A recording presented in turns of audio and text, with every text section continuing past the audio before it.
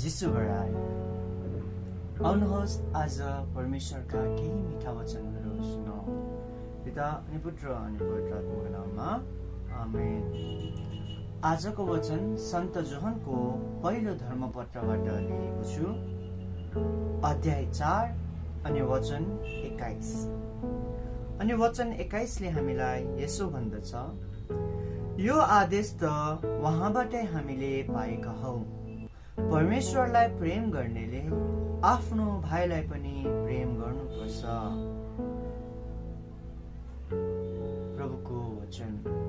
आउनुहोस् मेरा प्यारा दाजुभाइ तथा दिदीबहिनीहरू अनि मेरा प्रिय साथीहरू हो, आजको यस वचनलाई सर्वोपर राखी एकअर्कालाई प्रेम अनि आदर गरौँ र आफूले गरेका जति पनि भुलत्रुटिहरू छ, कसैको विरुद्धमा केही काम गरेको छौँ भने उनीहरू समक्ष क्षमा मागौँ र उनीहरूलाई पनि क्षमा दिउँ। आमेन। पिता अनि पुत्र अनि पवित्र आत्माको नाममा